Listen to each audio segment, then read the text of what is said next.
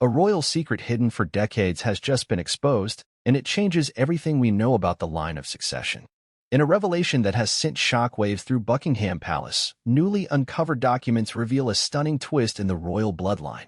Whispers of hidden wills, secret pacts, and a deliberate reshaping of the monarchy's legacy are now coming to light. Why was this kept secret for so long? Who stands to gain, and who stands to lose, if this truth is finally acknowledged? Stay with us as we uncover the layers of deception, the hidden players, and the shocking impact this could have on the future of the monarchy. What you're about to discover will redefine everything you thought you knew.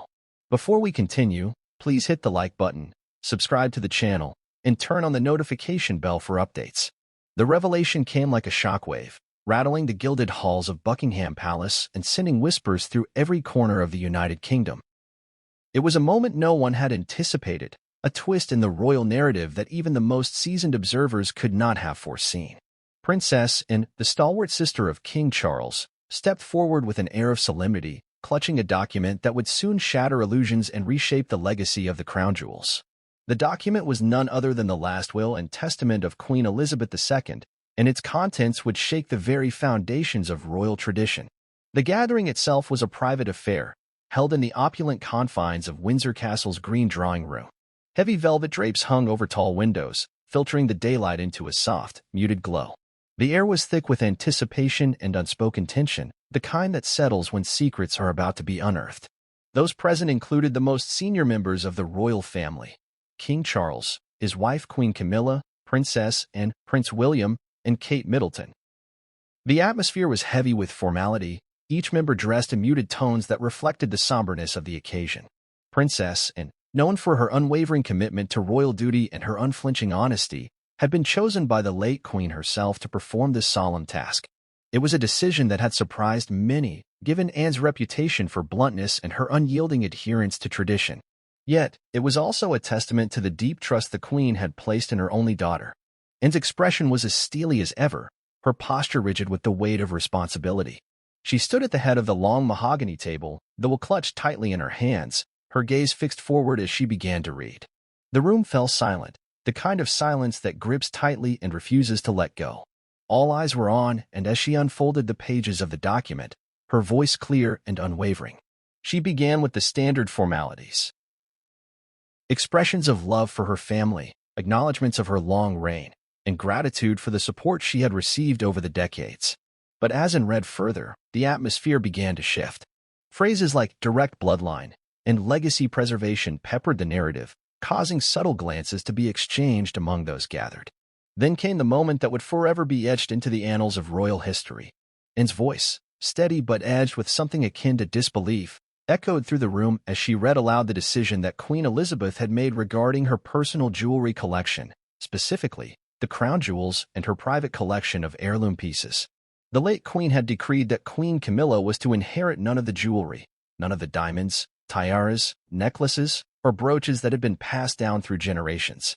Instead, the collection was to be divided between Princess Anne and Kate Middleton, the Princess of Wales.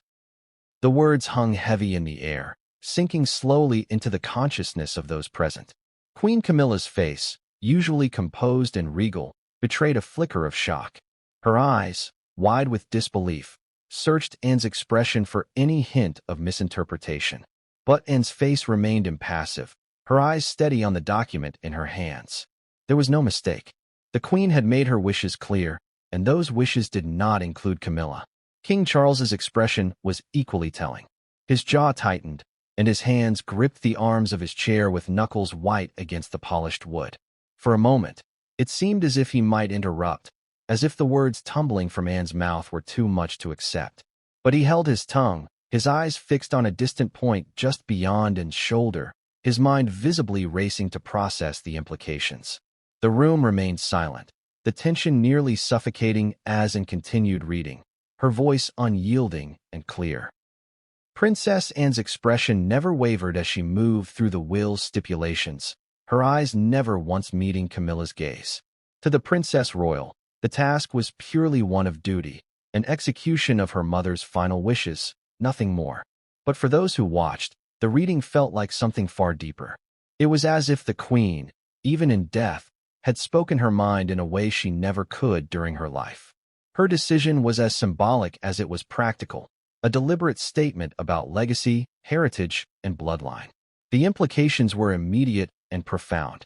The Queen's personal collection of jewels was known to be vast and extraordinary, including pieces that had adorned her during coronations, state dinners, and historic events.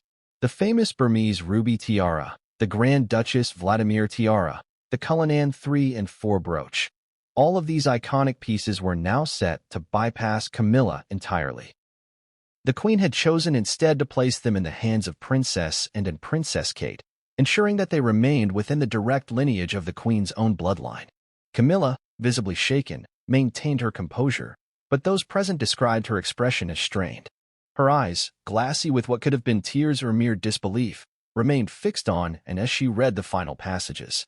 King Charles sat stiffly beside her, his hands clasped tightly together, his gaze unmoving. For the king, it was not just a matter of inheritance. It was a statement about his wife's place within the royal legacy, or more accurately, her lack of it. The decision to exclude Camilla from the jewelry legacy spoke volumes about the late queen's perspective on the continuity of the monarchy. It was no secret that Camilla's introduction into the royal family had been met with skepticism and controversy, given her history with Charles during his marriage to Princess Diana. Despite years of public rehabilitation and a carefully managed ascent to the role of queen consort, it seemed the Queen had never fully embraced the idea of Camilla inheriting the royal jewels. For Kate and Anne, the inheritance was both a blessing and a responsibility. Kate, whose role as the future queen consort had already been solidified, would now carry pieces of history with her, literal symbols of the crown's legacy that she would wear during state functions and royal events. Princess Anne, long regarded as the hardest-working member of the royal family, would also share in the preservation of these heirlooms, ensuring that they remained within the Queen's bloodline for generations to come. The announcement set off a chain reaction of whispers and murmurs among the staff who waited just outside the room. News of the will's contents spread quickly through palace walls, with aides exchanging glances of shock and disbelief. This was not how it was supposed to go. Not according to tradition, not according to expectation. For Queen Camilla, it was a clear message that her position, though recognized by law, was still seen as separate from the royal bloodline. Princess Anne finished reading with the same calm demeanor she had maintained throughout, folding the will neatly and placing it on the polished surface of the table. She looked up at the faces around her, her expression firm and resolute. "Mother's wishes are clear," she stated simply, her voice leaving no room for argument. "This is her legacy, and it is to be honored." The silence that followed was profound, thick with the weight of unspoken thoughts and restrained emotions. King Charles, his expression carefully neutral, simply nodded, his hands still clenched tightly. Queen Camilla, her face pale, remained silent, her gaze fixed downward. And Princess Anne, as always, stood straight-backed and unyielding, the very picture of royal duty. For those present, it was a moment of profound realization, a reminder that even in death, the Queen's influence remained unyielding. Her will had spoken not just of inheritance, but of legacy and tradition, of bloodlines and heritage. And in that single reading, the path forward for the crown jewels, and for Queen Camilla, had been set in stone. The day the Queen's will was read began with an air of somber anticipation that hung heavily over Windsor Castle. It was a crisp, gray morning, the kind that seemed almost tailored for moments of reflection and solemnity. The castle's long corridors were unusually silent, with staff moving swiftly and quietly, their footsteps muted against the polished marble floors. Even the guards stationed at the entrance held their positions with a stillness that reflected the gravity of what was about to unfold. This was not just another formality of royal protocol. This was the reading of Queen Elizabeth II's last will and testament, a document shrouded in secrecy and speculation since her passing. The invitation to the reading had been delivered in person to each member of the royal family a week prior. Handwritten in elegant script and sealed with the royal insignia, the letters had summoned King Charles, Queen Camilla, Princess Anne, Prince William, and Princess Kate to Windsor Castle's green drawing room at precisely 11 o'clock in the morning. There had been no mention of the will's contents, only a directive that the reading would be conducted by Princess Anne herself, a decision made by the Queen before her passing. It was an unusual choice, but one that made sense to those who knew the Queen's unshakable bond with her only daughter. As the hour approached, the members of the royal family began to gather in the drawing room, each entering with the measured grace expected of their status. King Charles arrived first, his expression composed but tense, a reflection of the pressure that had settled on his shoulders since his mother's passing. Queen Camilla followed closely behind, her hands clasped tightly in front of her, eyes scanning the room with a look of quiet apprehension. She exchanged polite nods with the staff members positioned discreetly along the walls, though her gaze lingered on the heavy oak table in the center of the room where the document would soon be unveiled. Princess Anne entered next, her stride purposeful and her head held high. As always, she exuded a sense of resolute duty, the kind that had defined her role within the monarchy for decades. In her hands, she carried a thick envelope, sealed with crimson wax and stamped with the late Queen's signature crest.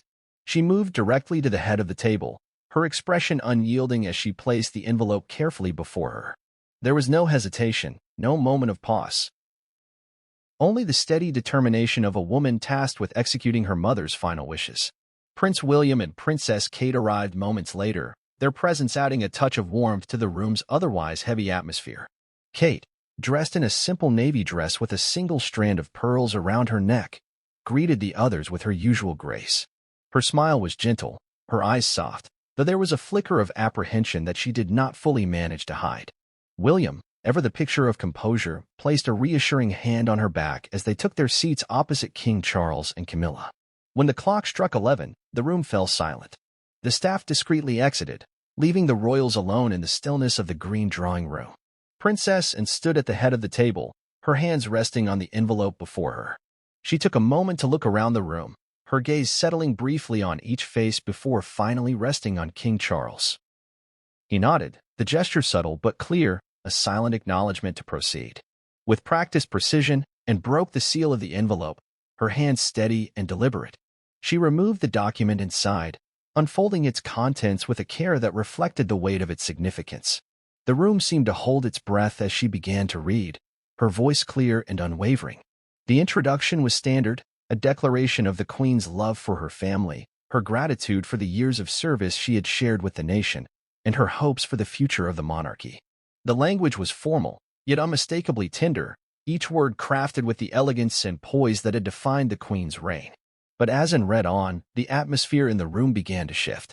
The Queen's directives became increasingly specific, outlining her wishes for her estate, her personal belongings, and finally, her private jewelry collection. It was here that the tension reached a palpable height. Princess Anne paused momentarily before continuing, her voice steady but edged with gravity.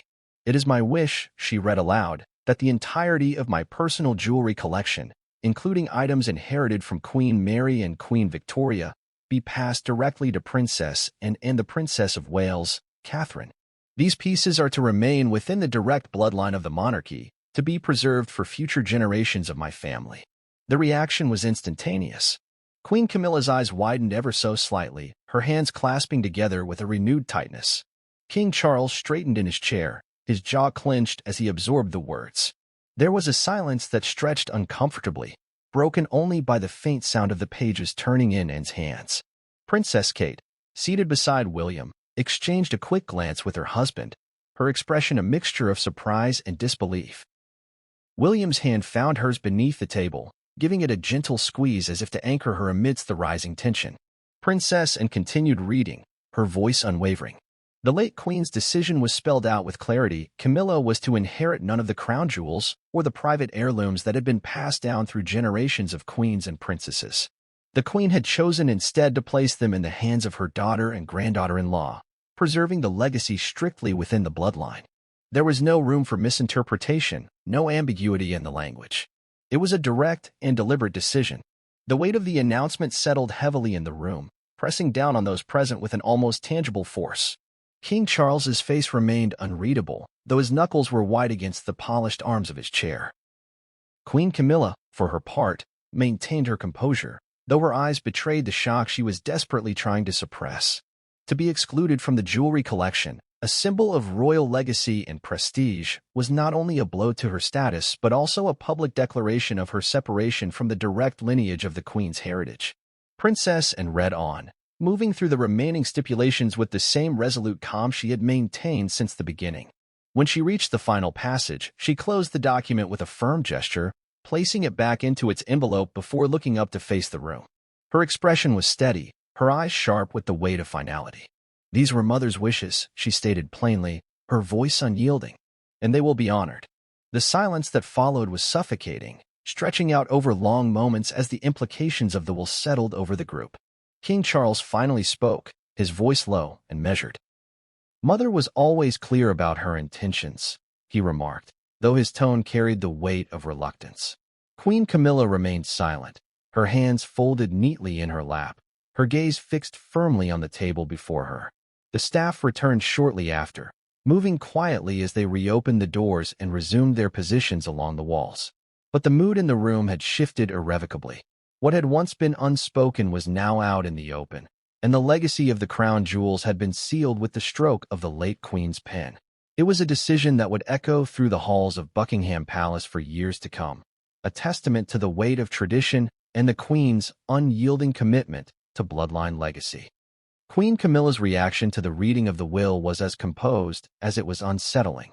For those present in Windsor Castle's green drawing room, it was a study in restrained disbelief, a mask of calm that barely concealed the turmoil simmering beneath the surface. From the moment Princess Anne's voice broke the silence with the shocking decree that Camilla would inherit none of the Queen's personal jewelry collection, it was clear that this was not the outcome she had anticipated.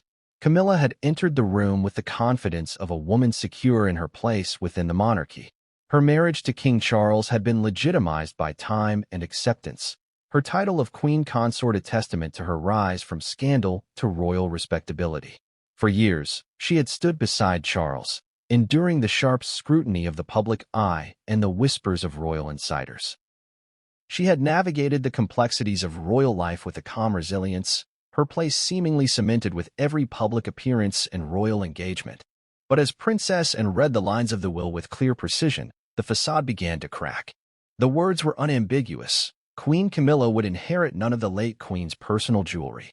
The collection, amassed over decades of royal events and historic moments, was to be handed down to Princess Anne and Princess Kate, a decision that not only stunned those present but sent a ripple of disbelief through Camilla herself.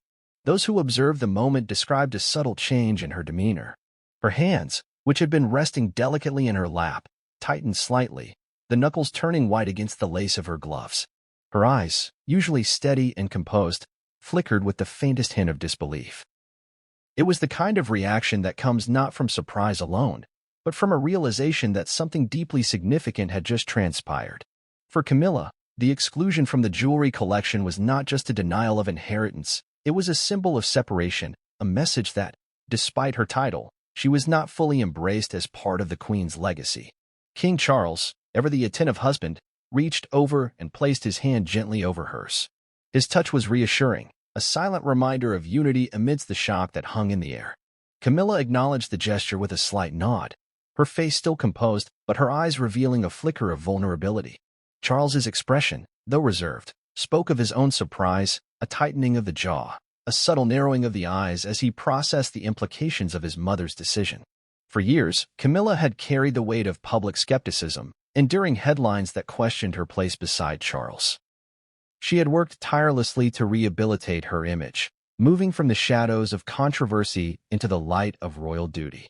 But now, with a single reading of the Queen's will, it seemed that the shadows had returned. The decision to pass the jewelry to Anne and Kate was not just a matter of inheritance. It was a public statement about the preservation of the royal bloodline. The Queen's final gesture had drawn a clear line, one that left Camilla standing on the outside. The room remained silent as Princess Anne folded the document, her expression unchanging. Anne had always been known for her practicality and sense of duty. Her role as the executor of her mother's will was simply another extension of that commitment. But for Camilla, the reading felt like something deeper, an echo of the past, a reminder of her years spent fighting for acceptance within a family that had long viewed her with skepticism. After the reading, the family dispersed into separate rooms within the castle, each taking time to process what had just been unveiled. Camilla, with Charles still at her side, moved quietly down the corridor to a private study overlooking the gardens. The air between them was heavy with unspoken thoughts, the silence stretching long and unbroken. Once inside, Charles closed the door softly, his gaze turning to Camilla with an expression that spoke of both concern and frustration. Camilla sank into one of the velvet armchairs by the window, her hands still clasped tightly. She stared out at the gardens, her reflection ghostly against the glass pane. "I never expected this," she murmured finally, her voice barely above a whisper. Charles moved to stand beside her, his hand resting on her shoulder. "Mother's decisions were always her own," he replied gently, though his tone carried a weight of resignation. "This is no reflection on you. It's tradition." The word hung between them like a tangible thing, heavy and unyielding. Tradition had been the crux of Camilla's struggle for acceptance, the barrier she had fought against for decades. It was tradition that had kept her relationship with Charles hidden for years, tradition that had sparked scandal and outrage when their marriage was finally announced. And now, it was tradition that had seemingly denied her the legacy of the crown jewels. Camilla's gaze remained fixed on the gardens, her expression resolute despite the tension that lingered beneath her composure. I thought things had changed," she said slowly, her words deliberate and edged with disbelief. Charles squeezed her shoulder gently, his own expression shadowed by the weight of his mother's legacy. "Some things never change," he replied quietly, the admission more resignation than acceptance. Reports later emerged from palace insiders that Camilla had spent hours in that study, speaking with Charles in hushed tones, her disbelief giving way to resignation and then, finally, to quiet resolve. She had always known that the monarchy was bound by rules and traditions that stretched back centuries, but this exclusion from the Queen's personal collection was a reminder that acceptance and legacy were not always one and the same. Outside the study, whispers circulated among palace staff. Word of the will's contents had spread quickly, igniting speculation and debate among those who served within the castle walls. For many, it was seen as a reaffirmation of the Queen's commitment to tradition, a preservation of the royal bloodline that transcended titles and public image. For others, it was a stark reminder of Camilla's outsider status, a silent nod to the past that could not be fully erased by time or title. Camilla emerged from the study hours later, her expression composed but her eyes carrying a new weight. She moved through the halls with the same grace she always had, nodding politely to staff and acknowledging greetings with practiced ease. But those who knew her best could see the difference, a slight tightness around her eyes, a new restraint in her smile. It was as if she had accepted her place within the royal narrative, one written long before she had ever stepped into the role of queen consort. Publicly, Camilla remained silent on the matter, continuing her duties with the same composure she had always demonstrated. But behind palace walls, those close to her described a woman caught between tradition and modernity, her title secured, but her legacy shadowed by the decisions of the past. The Queen's will had spoken with a finality that could not be undone, a reminder that while Camilla may have earned her place beside Charles, she would not inherit the symbols of the crown's heritage. For King Charles, it was a harsh reminder of the realities of monarchy, an institution that, despite its modern veneer, remained deeply rooted in tradition. His attempts to comfort Camilla were genuine, but even he could not rewrite the will that his mother had crafted with such deliberate intention. Princess Anne's reading of the document had been a moment of clarity, a stark line drawn between heritage and acceptance, legacy and love. And for Camilla, the shock and disbelief of that day would linger far longer than the gathering itself. It was a symbol of the boundaries that still existed within the monarchy, boundaries that could not be crossed by title alone. She had become queen consort, but in the eyes of the late queen, the jewels, the true symbols of royal continuity, belonged to blood, not just name. King Charles's reaction to the reading of Queen Elizabeth's will was one marked by a profound sense of disbelief and simmering tension. For those who witnessed the event unfold in the green drawing room of Windsor Castle, it was clear that Charles had been blindsided.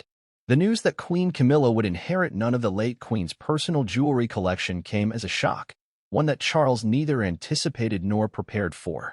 In the days that followed the reading, whispers of discontent swirled around the palace grounds. Staff members exchanged glances and murmured quietly in the corridors, their conversations hushed but laden with speculation. For Charles, the decision felt not only like a personal affront but also a symbolic gesture that threatened to undermine Camilla's standing within the monarchy.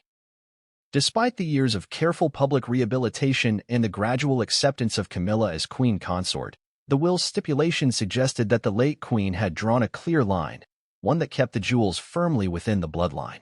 The morning after the will was read, Charles summoned his closest advisors to Clarence's house for a private discussion.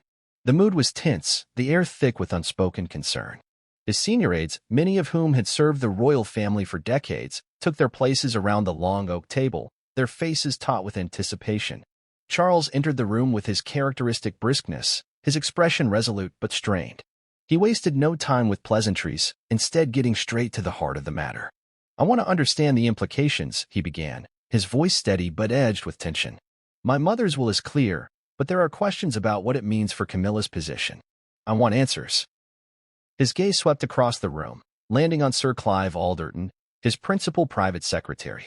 Alderton, a seasoned veteran of royal protocol, leaned forward slightly, his hands folded neatly on the table. "Your Majesty," he began cautiously, "the will, as it stands, is a final testament. Its terms are legally binding unless contested. Her Majesty the Queen made her intentions quite clear." Charles's expression hardened. "And what of public perception?" he pressed. "My mother's decision may be final, but it sends a message that Camilla is somehow excluded, that she is not part of this legacy." His voice faltered for a moment before he regained composure. "That cannot stand," he added firmly. The room fell silent, the weight of his words settling heavily among those present. Alderton cleared his throat delicately. "The optics are indeed concerning, Your Majesty," he replied carefully. "But challenging the Queen's will, that would be unprecedented. It would require a legal battle and almost certainly invite public scrutiny. It may also be perceived as going against the Queen's final wishes." Charles's hands tightened around the edges of his chair, his knuckles turning white. He understood the implications. Any attempt to challenge his mother's will would undoubtedly spark a media frenzy. It would be seen as a direct contradiction of royal tradition, a desperate grasp for something that the late Queen had clearly intended to withhold. But the alternative, accepting Camilla's exclusion, felt equally impossible. To do so would be to admit, publicly and symbolically, that Camilla was not truly integrated into the royal family's legacy. For Charles, it was not just a matter of inheritance, it was a matter of respect and legitimacy. One of his advisors, Sir Michael Stevens, the keeper of the privy purse, spoke up gently. "There is the matter of public response to consider," he offered. "The Queen's decision was symbolic. It reinforces the notion of bloodline legacy. If we attempt to alter that now, it may be viewed as undermining her wishes. The monarchy's strength has always been its ability to reflect continuity and respect for tradition." Charles's gaze flickered with frustration. "So you're suggesting we do nothing?" he asked, his voice sharp. Stephen shook his head. "Not nothing, Your Majesty. But perhaps there are other ways to solidify Camilla's role. A new title, perhaps? Or a public acknowledgement that reaffirms her place by your side." He paused, choosing his words carefully. "It may not be the jewelry, but it could be equally symbolic." The suggestion hung in the air, met with thoughtful silence. Charles leaned back in his chair, his fingers pressed together thoughtfully. He knew that Stevens was right. Any attempt to challenge the will would be seen as an act of defiance against his mother's final wishes. But to do nothing to allow Camilla to be publicly sidelined in such a manner was equally unthinkable. His mind raced through the possibilities: a public statement, a new title, perhaps even a formal ceremony to solidify her role. Something to counterbalance the narrative that had been cemented by that single reading of the will. After a long pause, Charles finally spoke, his voice firm. "We need to address this," he said resolutely. "We cannot allow Camilla's role to be diminished by tradition alone. If the crown jewels are not hers, then we must find another way to honor her place within this family. I want options on my desk by the end of the week." The advisors exchanged glances, nodding in unison. They understood the stakes. This was not just about jewelry. It was about legacy, perception, and the image of unity within the royal family. For Charles, the decision represented far more than material inheritance. It was about ensuring that Camilla's role as queen consort was recognized, respected, and solidified, regardless of tradition. Over the days that followed, plans were set in motion. Meetings were held behind closed doors, strategies drafted and debated. There was talk of a new honorific for Camilla, perhaps even a commemorative ceremony that would publicly recognize her contributions to the monarchy. Charles was determined to push forward, his resolve only hardened by the whispers of discontent that had begun to swirl through the media. The headlines were as sharp as they were unforgiving. "Camilla frozen out of royal legacy," read one front page. "Jewels to Kate and the Queen's final snub," proclaimed another. News outlets speculated on the implications for Camilla's status, with some questioning whether her role as queen consort would ever be fully legitimized without the symbolic inheritance of the crown jewels.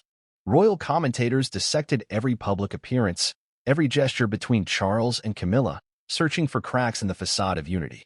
Behind the scenes, Charles remained resolute. His discussions with Camilla were private, intimate affairs held within the walls of Clarence House.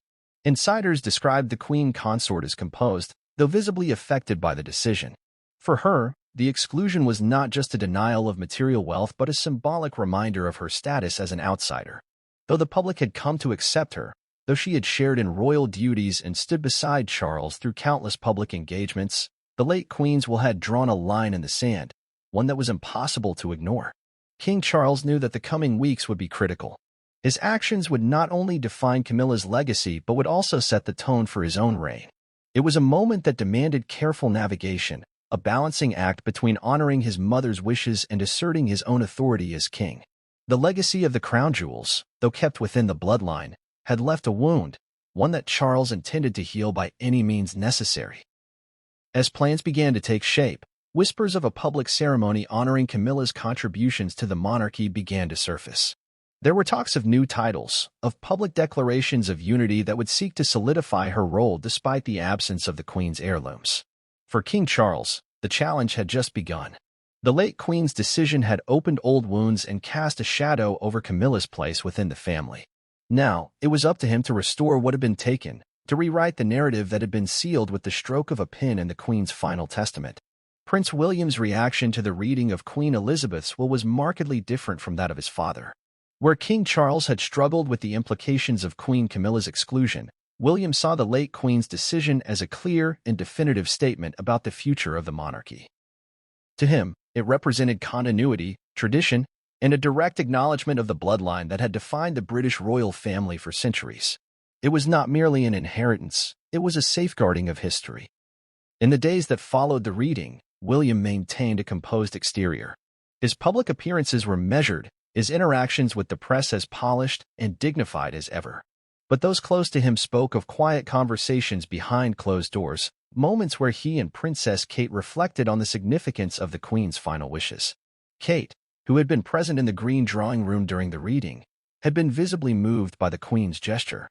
Her inheritance of the personal jewelry collection was not only a tremendous honor but also a mark of trust, an acknowledgement of her role as the future Queen consort. Within the walls of Kensington Palace, William and Kate spent hours discussing what this meant for their family and the monarchy at large. There was a sense of solemnity to their conversations, an understanding that the Queen's decision had set in motion a new chapter, one that would see them step even more firmly into the roles they had been preparing for. The jewelry, with its centuries of history, was more than just adornment. It was a symbol of lineage, of loyalty, and of the Queen's belief in the stability and continuity of her bloodline. For William, the message was clear. The Queen had intended for the legacy of the monarchy to remain strong and unbroken, passed down through those directly tied to her blood. He understood that the decision to bypass Camilla was a deliberate one, an effort to preserve tradition and reinforce the line of succession that had been established for generations. He saw it not as an act of exclusion but as an affirmation of the royal legacy that he, Kate, and their children would one day carry forward. In the days following the announcement, William quietly began to solidify his plans. His first step was to ensure that the collection would be safeguarded and preserved for the next generation. He held private meetings with royal archivists and historians, discussing the logistics of cataloging and securing each piece of jewelry. Some of the most iconic pieces, such as the Vladimir tiara and the Queen Mary fringe tiara, were earmarked for public displays during significant state events. It was a move that would both honor the late Queen's legacy and showcase the continuity of the monarchy. But William's plans went beyond mere preservation. According to palace insiders, he was keenly aware of the symbolic power that these jewels held, not just within the family but in the eyes of the public. To that end, he began discussions with Princess Kate about how they could use the collection to further cement their role as the future of the British monarchy. Public appearances would be strategically planned, with Kate wearing pieces that held historical significance during state functions and royal tours. It was a visual statement, a way of connecting the past to the present, of reinforcing the monarchy's unbroken line. Kate embraced the idea wholeheartedly. Her appreciation for royal history had always been evident, and the opportunity to carry on the late Queen's legacy was a role she approached with humility and reverence. She began studying the provenance of each piece, learning about their origins, their place in history, and the occasions on which the Queen had worn them. It became a quiet project of hers, one that she pursued with the same dedication she brought to her charitable work. For William, this approach was strategic as well as symbolic. He understood that public perception was crucial, that the royal family needed to project strength and unity in the wake of Queen Elizabeth's passing. By showcasing the jewelry at key moments, he aimed to remind the public of the monarchy's enduring presence. Each tiara, each necklace, each brooch carried with it a story, a testament to the resilience and tradition of the royal family. And in Kate, the public saw the embodiment of grace and stability, a modern queen-in-waiting who would carry forward the legacy with dignity and strength. But William's reaction was not solely about preservation, it was also about protection. He was acutely aware of the tensions simmering within the family, tensions that had only grown since the reading of the will. King Charles's discomfort over Camilla's exclusion had been palpable, and whispers of discontent were beginning to surface in the media. Tabloids speculated about the strain between William and his father, hinting at disagreements over the Queen's decision. Some even suggested that William's acceptance of the will's terms was a quiet rebuke of Camilla's place within the family. William, however, remained steadfast. He saw his role as one of stewardship, of protecting the legacy his grandmother had entrusted to him, and ensuring that it remained intact for future generations. His loyalty to the crown, and to the traditions that had upheld it for centuries, was unshakable. In private conversations with close advisors, William spoke openly about his commitment to upholding the Queen's wishes, even if it meant uncomfortable conversations within the family. One such conversation reportedly took place during a private meeting with his father. The discussion, held in the study of Clarence House, was described as tense but respectful. Charles, still grappling with the implications of the will, expressed his concerns about Camilla's exclusion and what it would mean for her role as queen consort. William, ever composed, listened attentively before responding with a measured firmness. "This is about legacy," he reportedly said, his voice steady. "Grandmother's wishes were clear. The jewels are a symbol of the bloodline, of continuity. We have to honor that." Charles, though visibly strained, did not argue. The weight of tradition was something he understood well, having lived under its shadow his entire life. He knew that to contest the will publicly would be seen as undermining the Queen's final wishes, a move that would fracture the unity they had worked so hard to maintain. William's stance, firm but respectful, left little room for negotiation. The legacy would be preserved, just as the Queen had intended. In the public eye, William's resolve only solidified his reputation as a future king who would prioritize tradition and stability. His calm acceptance of the will's terms was seen as a mark of maturity, a willingness to embrace the responsibilities that came with his position. Royal commentators praised his composure, noting that William's approach signaled a smooth transition of power, one that respected the legacy of the late Queen while preparing for the future. For Kate, the inheritance was both a blessing and a responsibility. She approached it with her characteristic grace, wearing the pieces with a sense of purpose and reverence. Her appearances at public engagements, adorned with the Queen's jewelry, were met with admiration and respect. She understood the significance of each piece, its history, and the stories it carried. To her, it was not merely jewelry, it was a tangible connection to the legacy she was now a part of. Together, William and Kate moved forward with a renewed sense of purpose, their path now even more entwined with the legacy of the late Queen. The will had spoken, and its contents had set the stage for the future of the monarchy. William embraced that future with steadfast resolve, determined to honor his grandmother's wishes and ensure that the legacy of the crown jewels remained intact for generations to come. Princess Anne's role as the reader of Queen Elizabeth's will was more than just a ceremonial duty. It was a powerful symbol of trust and legacy. For decades, Anne had been known as the most dutiful of the Queen's children, the one who never wavered from her royal responsibilities and embraced her role without hesitation. Her reputation for hard work and unwavering commitment to the crown had earned her the respect of not only the public but also the royal family itself. So when it came time to execute the late Queen's final wishes, it was only fitting that Princess Anne be the one to read them aloud. The decision had been made by Queen Elizabeth herself long before her passing. It was her wish that her only daughter, the Princess Royal, should perform the solemn duty of revealing her final intentions to the family. It was a gesture of trust, a testament to the bond they had shared, and a recognition of Anne's loyalty to the monarchy. Unlike the swirling drama that sometimes surrounded her siblings, Anne had always remained steadfast, a pillar of strength and reliability. The morning of the reading was quiet and reflective. Princess Anne arrived at Windsor Castle earlier than the others, dressed in a simple but elegant gray suit, her hair pinned back in its usual style. She walked through the corridors with the kind of purpose that had come to define her public life, her expression resolute and focused. The envelope containing the will had been entrusted to her the previous evening, hand-delivered by one of the Queen's most trusted aides. It had been sealed with crimson wax, the Queen's insignia stamped firmly in the center, a final mark of authority from a monarch who had ruled for more than 70 years. Anne carried the envelope with a kind of reverence, her grip firm yet gentle, as if she were holding a piece of history in her hands. To her, it was not just a collection of legal instructions, it was her mother's voice, a final expression of her wishes and her legacy. As she entered the green drawing room, she took her place at the head of the long mahogany table, placing the envelope neatly before her. She did not fidget or adjust her posture, she simply waited, her eyes forward and her hands folded neatly in her lap. The other members of the royal family entered gradually, King Charles and Queen Camilla first, followed by Prince William and Princess Kate. They greeted one another with polite nods and brief embraces, though the tension in the room was unmistakable. For all of them, this was more than just a reading of a will. It was the final word of the Queen, the end of an era, and the beginning of a new chapter. They took their seats around the table, the silence stretching out long and heavy. When the clock struck the appointed hour, Princess Anne leaned forward and broke the seal on the envelope with a careful motion. The room fell utterly silent, the only sound the soft crackle of parchment as she unfolded the document. Her eyes scanned the text for a brief moment before she began to read, her voice clear and steady. The introduction was formal and familiar, the Queen expressing her love for her family and her gratitude for their support throughout her reign. But as Anne continued, the nature of the document shifted. Queen Elizabeth's voice, as channeled through her daughter, began to take on a tone of finality. Her decisions were laid out with the same precision and clarity that had defined her rule.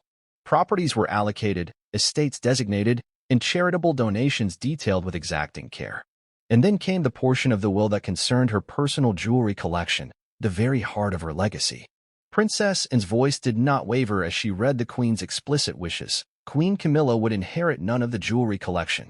Instead, it would be divided between Anne herself and Princess Kate, the Queen's granddaughter-in-law.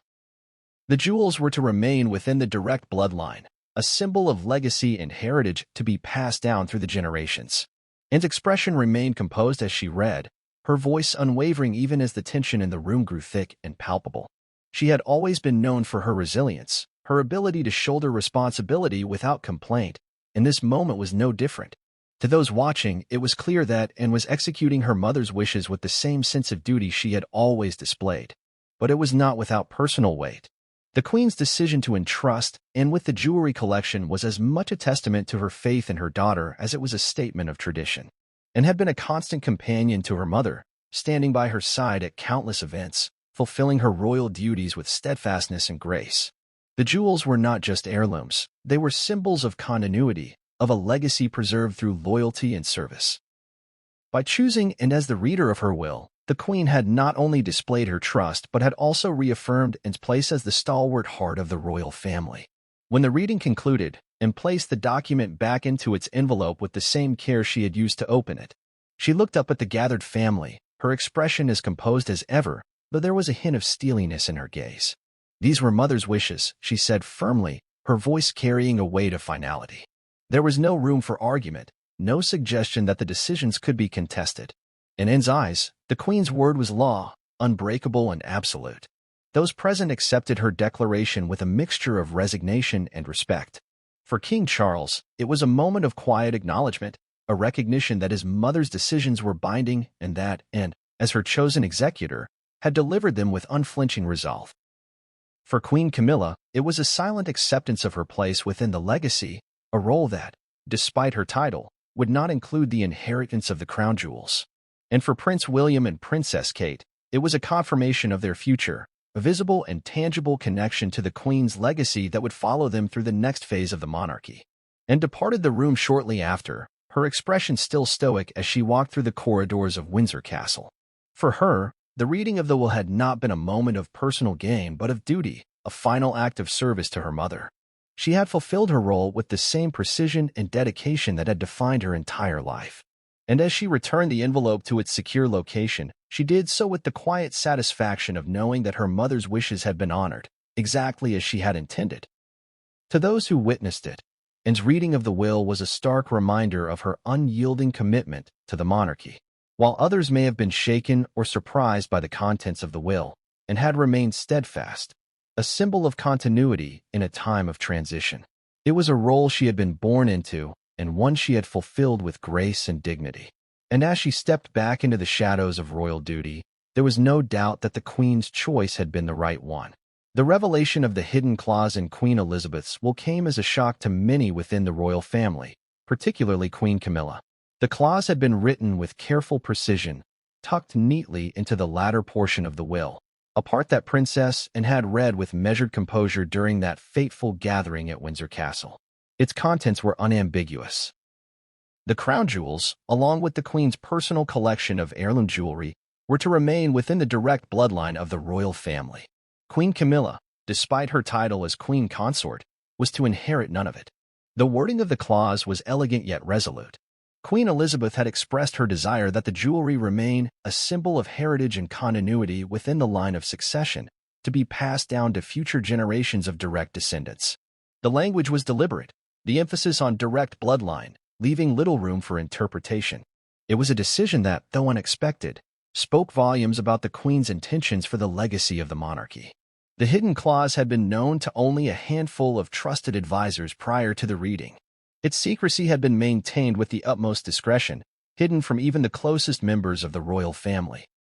It was said that Queen Elizabeth had insisted on its confidentiality, fearing that knowledge of its contents might disrupt the fragile unity that had been cultivated in the years leading up to her passing. For her, the decision was not about exclusion, but preservation, a way to ensure that the legacy of the monarchy remained intact, untainted by the complexities of blended families and modern titles. When Princess Anne read the clause aloud, the room fell into a stunned silence. Queen Camilla's face, usually composed and dignified, betrayed a flicker of disbelief. Her hands, which had been resting gently in her lap, tightened just slightly, her knuckles whitening against the soft lace of her gloves. King Charles, seated beside her, remained stoic, though those closest to him noted the tension in his jaw, the way his eyes hardened as the words sank in. For Charles, the hidden clause represented a challenge not only to his wife's status but to his own legacy. His mother's decision to bypass Camilla entirely, entrusting her personal collection to Princess Anne and Princess Kate, was a stark reminder of the late Queen's views on tradition and heritage. It was not enough to simply hold a title. Inheritance, in the Queen's eyes, was something that flowed through bloodlines, unbroken and pure. In the days that followed the reading, the palace was awash with whispers and speculation. Senior aides discussed the implications behind closed doors, their voices hushed as they analyzed the late Queen's decision. Some suggested it was a matter of tradition, that the Queen had always intended for her personal jewelry to remain within her direct descendants. Others, however, speculated that it was a more deliberate statement, a subtle but powerful reminder that Camilla, despite her marriage to Charles, was not of royal blood. The hidden clause was soon the topic of heated debate among royal commentators and the press. Headlines splashed across newspapers questioned the Queen's motives. A royal snub or tradition preserved? Read one front page. Queen Camilla cut out of the crown jewels. Was it personal? Asked another. Analysts dissected the implications, with some praising the Queen's commitment to tradition while others decried it as a slight against Camilla's status. Royal historians were quick to provide context. The idea of preserving the crown jewels within the direct bloodline was not without precedent. Queen Victoria, for instance, had taken similar measures with her personal collection, ensuring that certain heirlooms would pass only to her children and grandchildren. The logic behind the decision was simple. It was a way to safeguard the monarchy's legacy, to ensure that the symbols of royal power remained untouched by external influence. For Queen Elizabeth, who had spent a lifetime protecting the integrity of the crown, it was simply a matter of maintaining tradition. But the decision also had practical implications. By keeping the jewelry within the direct bloodline, the Queen had effectively solidified the line of succession, reinforcing William and Kate's roles as the future of the monarchy. The jewels would pass to them, and eventually to Princess Charlotte and her brothers, maintaining the continuity of heritage. It was a symbolic gesture that resonated deeply within the fabric of royal tradition, a reminder that the monarchy was built upon legacy and lineage. Queen Camilla, however, was not without her supporters. Allies within the palace quietly expressed their discontent, suggesting that the decision was an intentional slight, a lingering echo of the controversies that had surrounded her relationship with Charles. For years, Camilla had fought to earn her place beside him, overcoming public scrutiny and the weight of history to ascend to her role as queen consort. But the hidden clause felt like a step backward, a reminder that acceptance, though granted, was not synonymous with legacy.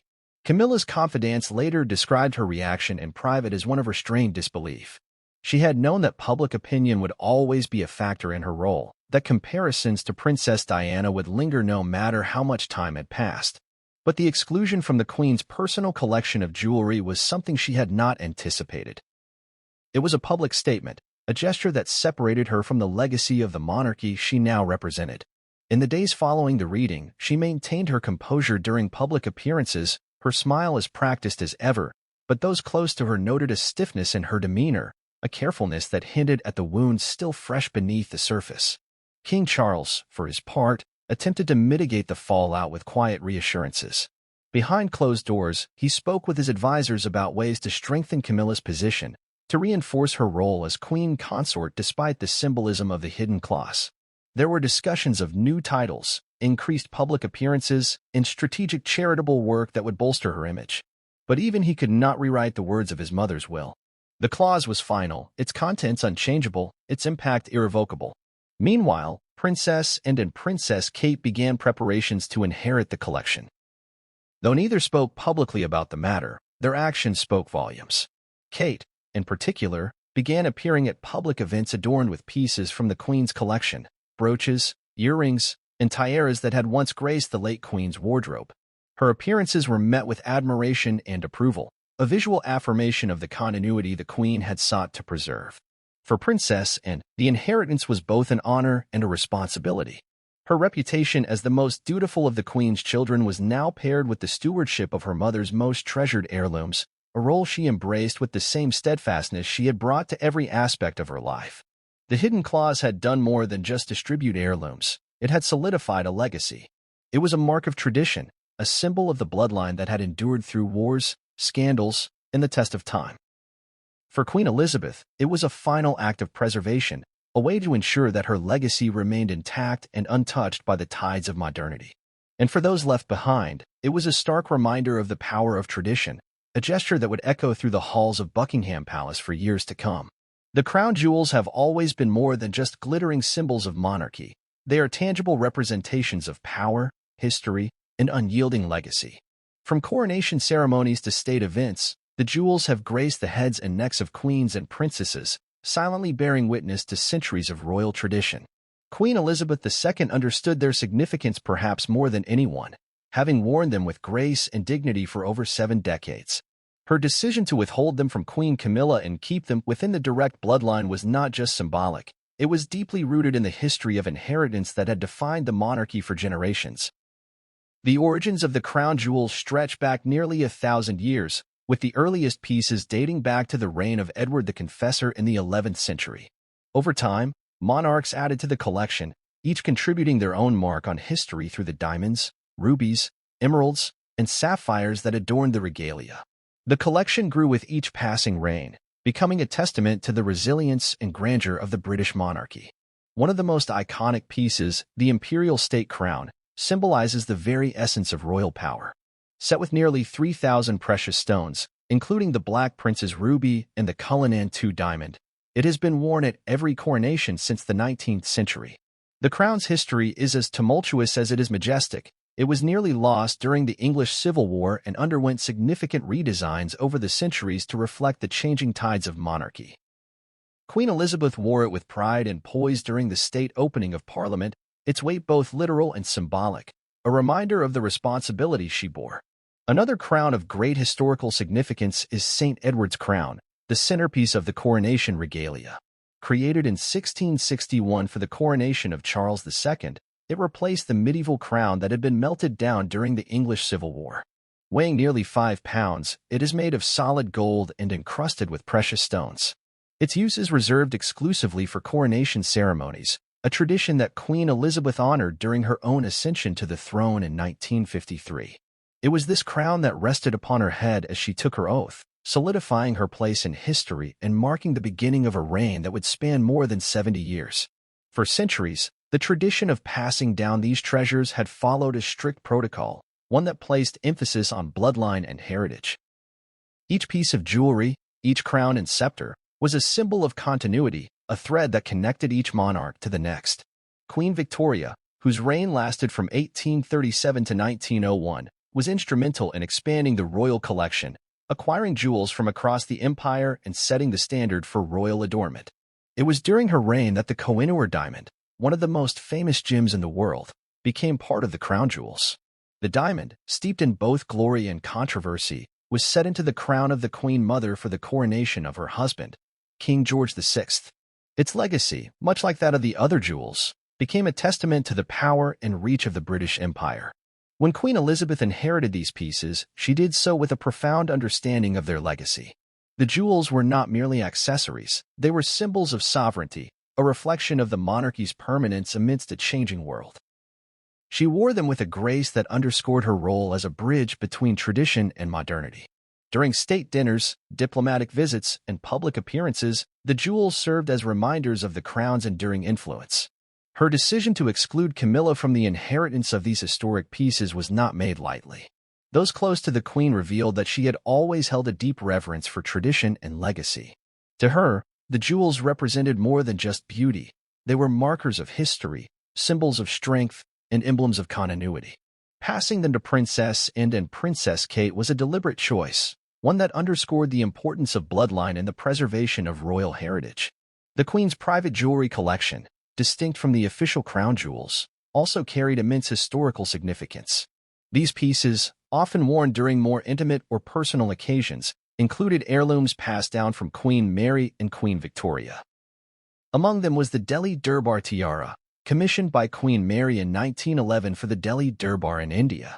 It is a masterpiece of Edwardian design, encrusted with diamonds and emeralds, and has been worn by successive queens during state visits and ceremonial events. Equally significant is the Vladimir tiara, a piece smuggled out of Russia during the Revolution and later acquired by Queen Mary. The tiara is known for its versatility. It can be worn with emerald drops, pearl drops, or left bare with diamond arches. Queen Elizabeth was often seen wearing it at state banquets and diplomatic events, a testament to its elegance and historical weight. These heirlooms, too, would pass to Anne and Kate, following the tradition of direct bloodline inheritance. Queen Elizabeth's decision was not just about material possession, it was a reinforcement of the monarchy's values, a reflection of its enduring connection to its past. It symbolized the trust she placed in her daughter and granddaughter-in-law to carry forward the traditions that had defined her reign. The exclusion of Camilla from this inheritance spoke volumes about the late Queen's vision for the monarchy.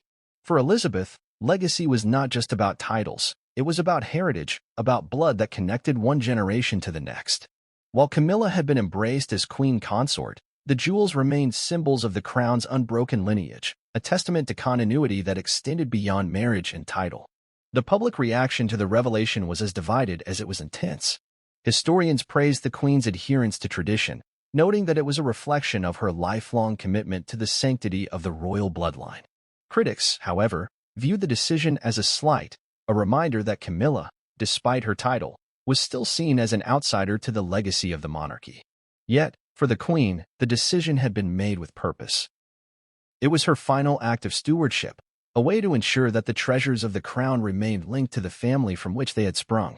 For Princess Anne and Princess Kate, the inheritance came with both honor and responsibility. They would become the stewards of these symbols, tasked with preserving them for the next generation. For Anne, it was yet another testament to her unwavering dedication to royal duty. For Kate, it was both a privilege and a reminder of her role in the future of the monarchy. Together, they represented the continuity that Queen Elizabeth had so carefully crafted during her reign. As preparations began for the jewels to be transferred to their new guardians, the significance of the Queen's decision became all the more apparent. It was not merely an inheritance, it was a testament to the strength of tradition, a reflection of the values that had carried the monarchy through centuries of change. The crown jewels, glittering symbols of power and permanence, would remain within the bloodline, safeguarded for the generations yet to come.